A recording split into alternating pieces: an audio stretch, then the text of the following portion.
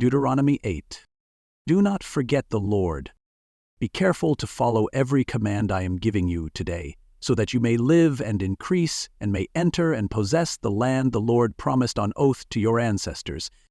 Remember how the Lord your God led you all the way in the wilderness these 40 years to humble and test you in order to know what was in your heart, whether or not you would keep his commands. He humbled you, causing you to hunger and then feeding you with manna, which neither you nor your ancestors had known, to teach you that man does not live on bread alone, but on every word that comes from the mouth of the Lord. Your clothes did not wear out, and your feet did not swell during these 40 years. Know then in your heart that as a man disciplines his son, so the Lord your God disciplines you. Observe the commands of the Lord your God, walking in obedience to him and revering him. For the Lord your God is bringing you into a good land, a land with brooks, streams, and deep springs gushing out into the valleys and hills, a land with wheat and barley, vines and fig trees, pomegranates, olive oil and honey, a land where bread will not be scarce and you will lack nothing, a land where the rocks are iron and you can dig copper out of the hills.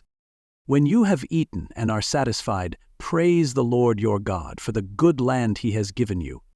Be careful that you do not forget the Lord your God, failing to observe his commands, his laws, and his decrees that I am giving you this day.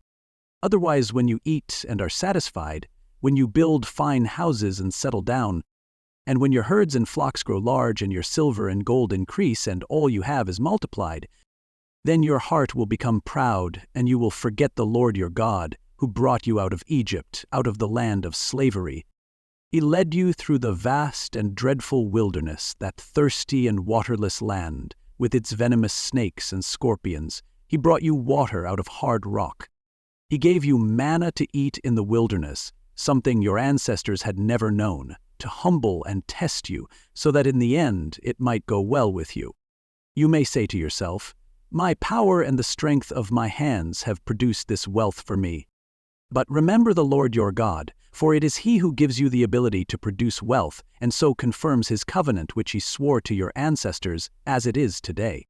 If you ever forget the Lord your God and follow other gods and worship and bow down to them, I testify against you today that you will surely be destroyed. Like the nations the Lord destroyed before you, so you will be destroyed for not obeying the Lord your God.